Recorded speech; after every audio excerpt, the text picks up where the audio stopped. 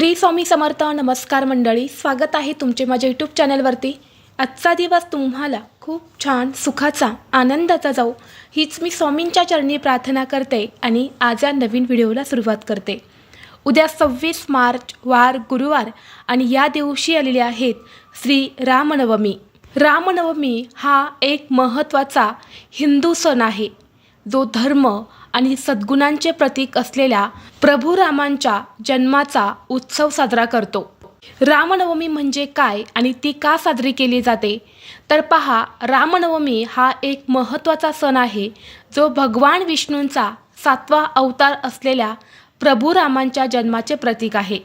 त्यांच्या धर्मनिष्ठेसाठी, सद्गुणांसाठी आणि कर्तव्यनिष्ठेसाठी त्यांची पूजा केली जाते.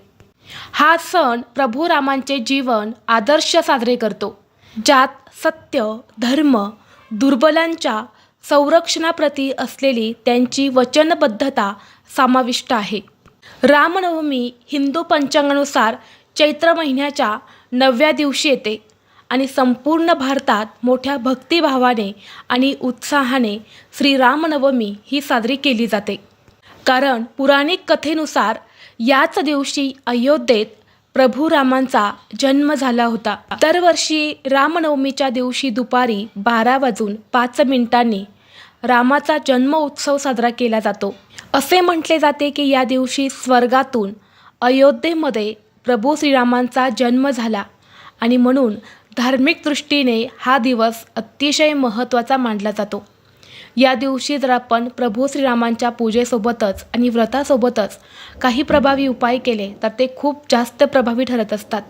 आणि म्हणून आज व्हिडिओमध्ये मी तुम्हाला एक अतिशय प्रभावी असा उपाय सांगणार आहेत. उद्या गुरुवार रामनवमीच्या दिवशी तुम्ही काहीच नाही केले तरीही चालेल, पण या झाडाला नक्की स्पर्श करा. शत्रू तुमच्यासमोर लोटांगण घालेल, 7 पिढ्यांचे दारिद्र्य नष्ट होऊन गरिबी संपेल. तुमच्या मनातील कितीही कठीणातील कठीण इच्छा ही 100% पूर्ण होईल. 24 तासातच घरातील इडापिडा, नजरबाधा, दारिद्र्य संपेल. तर अशा कोणत्या झाडाला स्पर्श करायचा आहे, कोणत्या वेळेत हा उपाय करायचा आहे, याबद्दलची संपूर्ण माहिती या व्हिडिओमध्ये मी तुमच्यासोबत शेअर करणार आहे. त्यामुळे तुम्ही हा व्हिडिओ स्किप न करता शेवटपर्यंत नक्की पहा. चॅनलवरती नवीन असाल तर सबस्क्राईब करा आणि असेच माहितीपूर्व नवनवीन व्हिडिओ पाहण्यासाठी बेल आयकॉनलाही प्रेस करा. म्हणजे जेव्हा कधी मी नवीन व्हिडिओ अपलोड करेल त्याचं नोटिफिकेशन सर्वात अगोदर तुम्हाला भेटेल आणि तुम्ही एक पण व्हिडिओ मिस करणार नाही. तसेच हाई बटन देखील क्लिक करा. आज या व्हिडिओमध्ये मी तुम्हाला जो उपाय सांगणार आहे तर हा उपाय तुम्ही उद्या रामनवमीच्या दिवशी दिवसभरामध्ये कधीही करू शकता. अगदी सकाळपासून ते संध्याकाळपर्यंत जेव्हा केव्हा तुम्हाला शक्य होईल तेव्हा फक्त या एका झाडाला तुम्हाला स्पर्श करायचा आहे. कारण या झाडामध्ये साक्षात प्रभू श्रीरामांचा निवास आहे. पौराणिक कथेनुसार असं म्हटलं जातं की भगवान विष्णूंनी राक्षसांचा नाश करण्यासाठी भगवान राम म्हणून अवतार घेतला. भगवान राम यांचा जन्म अयोध्येत राजा दशरथ आणि राणी कौशल्याच्या पोटी झाला. म्हणून आपण दरवर्षी रामनवमीच्या दिवशी दुपारी 12:05 प्रभू श्रीरामांचा जन्म उत्सव हा पूर्ण आनंदाने साजरा करत असतो. या रामनवमीच्या दिवशी उपवास हा आवर्जून करावा. या दिवशी उपवास केल्याने प्रभू श्रीरामांच्या कृपेने जीवनातील सर्व संकटे दूर होतात. घरातील प्रत्येक व्यक्तीला उपवास करणं शक्य नसेल तर घरातील एक तरी व्यक्तीने हा उपवास जो आहे तर तो आवर्जून करावा. आणि दुसऱ्या दिवशी आपल्याला हे जे व्रत आहे तर हे सोडायचं आहे. जेव्हा श्री प्रभू रामांचा जन्म झाला त्या दिवशी सूर्य, बुध, गुरु, शुक्र आणि शनी ग्रहांचा एक अत्यंत विशेष योग निर्माण झाला होता. हे सर्व ग्रह त्यावेळी आपापल्या उच्च राशीमध्ये विराजमान होते आणि म्हणून रामनवमीचा दिवस हा खूप महत्त्वाचा आणि शुभ मानला जातो. या दिवशी जर आपण काही प्रभावी उपाय केले तर त्या उपायांचा आपल्याला त्वरित फळ प्राप्त होते. आपल्या ज्योतिषशास्त्रामध्ये अशी काही झाडे झुडपे सांगितली गेली आहे ज्यामध्ये साक्षात देवी देवता वास करतात. या झाडांमध्ये एक प्रकारची दैवी शक्ती असते आणि जेव्हा विशेष तिथीवरती या झाडाला आपण स्पर्श करतो किंवा या झाडासंबंधित आपण जे काही प्रभावी उपाय करतो तेव्हा ती जी दैवी शक्ती असते तर ती आपल्याला प्राप्त होते आणि यामुळे आपल्या आयुष्यामध्ये अनेक सकारात्मक बदल जे आहे तर ते होत असतात. आपल्या आयुष्यात जी काही संकटे, अडचणी, अडथळे सुरू आहे तर ते 100% दूर होतात. आणि म्हणून जर भरपूर दिवसापासून तुमची एखादी इच्छा असेल, प्रत्येकाच्या मनामध्ये काही ना काही इच्छा असतेच आणि प्रत्येक वेळी आपली इच्छा असूनही ती पूर्ण होतेच असं नाही. कष्ट आणि मेहनत करूनही आपली इच्छा पूर्ण होत नाही, आपल्या प्रयत्नांना यश मिळत नाही. आणि म्हणून जर तुमच्याही मनामध्ये इच्छा आहे, प्रयत्न करून ती पूर्ण होत नसेल तर नक्कीच तुम्ही उद्या या झाडाला स्पर्श करा. तुमच्या कष्टाला आणि मेहनतीला यश मिळेल आणि तुमची प्रत्येक इच्छा ही नक्कीच पूर्ण होईल. तसेच तुमच्या जीवनामध्ये एखादा शत्रू असेल, शत्रू हा तुम्हाला वारंवार त्रास देत असेल. बऱ्याच वेळा असं होतं ना की आपल्या घराच्याच आजूबाजूला अशी काही जळाऊ प्रवृत्तीची लोकं राहतात. समोर खूप चांगलं आणि गोड बोलतात, परंतु त्यांच्या मनात आपल्याबद्दल वाईट असते. आपले वाईट कसे होईल यासाठीच ते प्रयत्न करत असतात. तर अशा शत्रूचा नाश करण्यासाठी सुद्धा हा उपाय खूप जास्त प्रभावी मानला जातो. कारण प्रभू श्रीरामांचा जन्मसुद्धा रावणासारख्या शत्रूचा नाश करण्यासाठी झाला होता आणि म्हणून शत्रू नष्ट होण्यासाठी देखील हा उपाय खूप जास्त प्रभावी मानला जातो. तसेच तुम्हाला कोणत्याही कामामध्ये यश मिळत नसेल, कोणतीच गोष्ट तुमच्या मनासारखी घडत नसेल, कोणतेही काम तुमचं निर्विघ्नपणे पार पडत नसेल, सतत तुम्हाला अपयशाचा सामना करावा लागत असेल, तरीही हा उपाय जो आहे तर तो तुम्ही करू शकता. तर हा उपाय करण्यासाठी आपल्याला उद्या रामनवमीच्या दिवशी सकाळी लवकर उठायचं आहे, स्वच्छ स्नान करायचं आहे, अंघोळीच्या पाण्यामध्ये चिमूटभर हळद टाकायची आहे. यानंतर आपल्या देवघरातील देवांची विधिवत पूजा अर्चा करून घ्यायच्या आहेत. देवघरामध्ये जर रामाची मूर्ती असेल तर मूर्तीवरती अभिषेक करा, फोटो असेल तर स्वच्छ पुसून काढा किंवा मूर्ती आणि फोटो नसेल तर प्रत्येकाच्या देवघरामध्ये बाळकृष्णांची मूर्ती ही असतेच, तर त्या मूर्तीवरती अभिषेक करायचा आहे. कारण भगवान विष्णूंचाच अवतार म्हणजे प्रभू श्रीराम आहेत, म्हणून तुम्ही बाळकृष्णाची मूर्ती देखील पूजेमध्ये ठेवू शकता. तसेच तुम्हाला पिवळ्या रंगाची फुलं, पिवळ्या रंगाची मिठाई नैवेद्य म्हणून अर्पण करायचे आहे. धूप दीप अगरबत्ती लावून तुम्हाला वातावरण हे प्रसन्न करायचं आहे आणि यानंतर तुम्ही हा उपाय जो आहे तर तो करू शकता. आता रामनवमी ही जी तिथी आहे तर ही उद्या 26 मार्चला सकाळी 11:49 सुरू होणार आहे आणि म्हणून हा उपाय देखील आपल्याला उद्या दुपारी 12 वाजल्यानंतरच करायचा आहे. 12च्या अगोदर आपल्याला हा उपाय जो आहे तर तो करायचा नाही. आता हा उपाय करण्यासाठी तुम्हाला एक तांब्याचा कलश भरून घ्यायचा आहे. त्या कलशामध्ये शुद्ध पिण्याचं पाणी भरायचं आहे. त्यात थोडंसं गाईचं कच्चं दूध आणि जर तुमच्याकडे गंगाजल असेल तर थोडंसं गंगाजल आणि थोडीशी हळद टाकायची आहे. यानंतर तुम्हाला एक मातीचा दिवा घ्यायचा आहे. त्या दिव्यामध्ये दुहेरी कापसाची वात लावायची आहे. शुद्ध गाईचं तूप घालायचं आहे. तूप नसेल तर थोडंसं तेल घालायचं आहे. त्यानंतर तुम्हाला थोडेसे पिवळे तांदूळ करून घ्यायचे आहेत. पांढऱ्या अक्षता घ्या, त्याला थोडीशी हळद लावून त्या तुम्हाला पिवळ्या करून घ्यायच्या आहेत.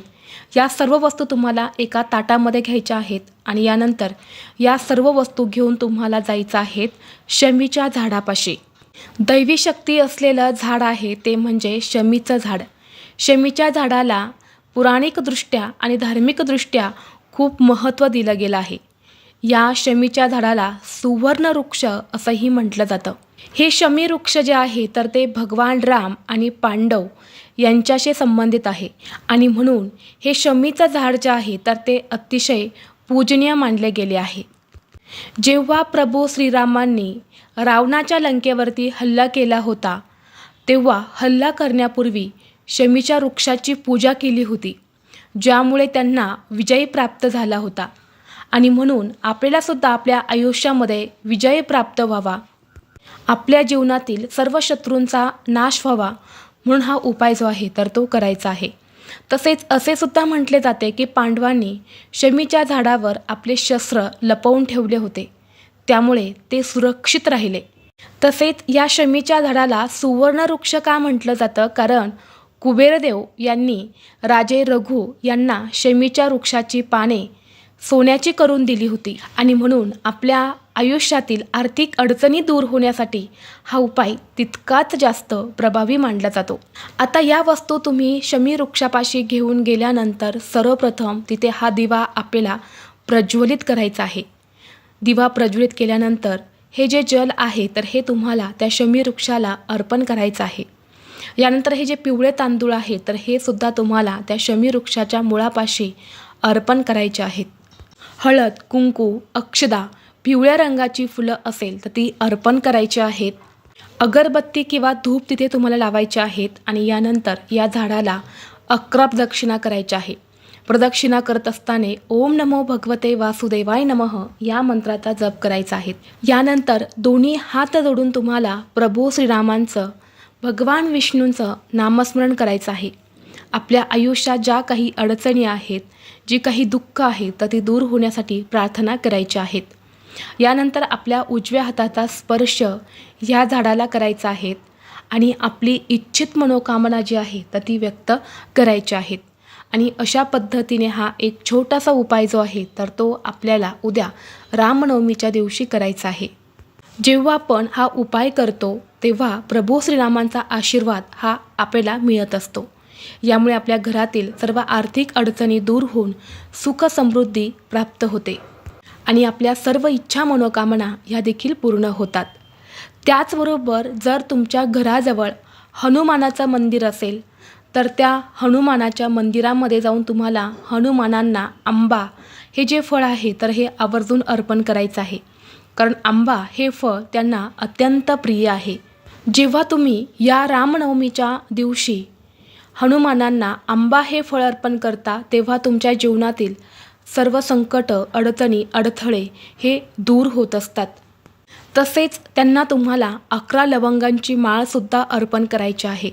जर आपण रामनवमीच्या दिवशी प्रभू श्रीरामांना 11 लवंगांची माळ अर्पण केली तर आपण संकटमुक्त होत असतो। आयुष्यात जी काही संकट आहे तर ती पूर्णपणे नष्ट होतात, प्रगतीचे मार्ग हे खुले होतात आणि म्हणून तुम्ही 11 लवंगांची माळसुद्धा अर्पण करू शकता।